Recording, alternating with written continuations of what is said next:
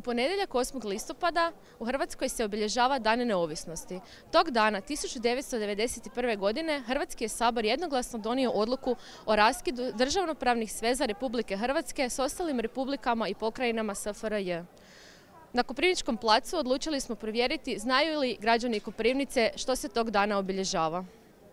Znate li da je u ponedjeljak 8. listopada državni praznik? Je. Koji? Sad se ne mogu sjetiti, znam da je. Znam. Koji? Dan državnosti. Ne. Ne znate ni koji? Ne. Ne znam. Dan 10. moj rođendan. To znam. A kakvi je državni praznik? 8. listopada nisam znao. A je? Je. A kakav? Pa nisam bila sigurna da bi bio državni praznik, a zbog čega pitate? Ne. Ne znam. Dan državne zahvalnosti. Kaj to znači? Trebamo nekome nekaj zahvaliti kaj je napravilo za ovu državu. No, čula sam da se priča nekaj o tome. To je dan nezavisnosti ili neovisnosti ili tako. A što to znači? To smo bili poslije Oluje priznati od svih valjda koji su nam bili nužni da to ostvarimo. Eto. Koji? Ne,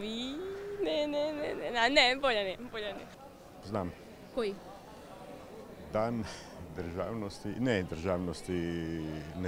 neovisnosti. A što to znači? Nemam pojma. To sam čula ja danas. Jel znate koji?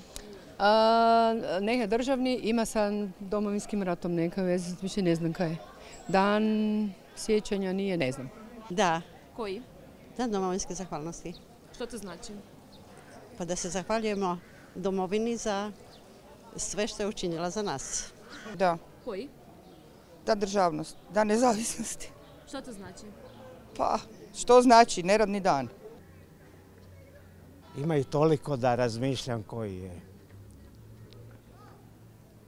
Radi se o oslobođenju. A znate možda točan naziv praznika? Dan oslobođenja i još. Nije dovoljno oslobođenja. Znam. Koji? Dan nezavisnosti. Što to znači? Pa priznali su ovu Hrvatsku. Pa ne znam sad točno. Da, Koji? dan neovisnosti. Što to znači?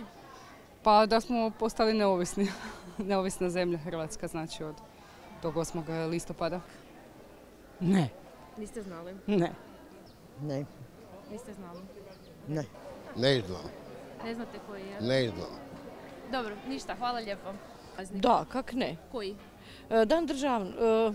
Jo, Isuse, dan neovisnosti. A što Da. to znači? Kak mislite što? Pa naša država je postala neovisna. Koji? Dan, Sad ponedjeljak. Ne znam. Kakav? Pa mislim da znam. Koji? Dan neovisnosti ili kaj. A što to znači? Da smo neovisna država, proglašeni.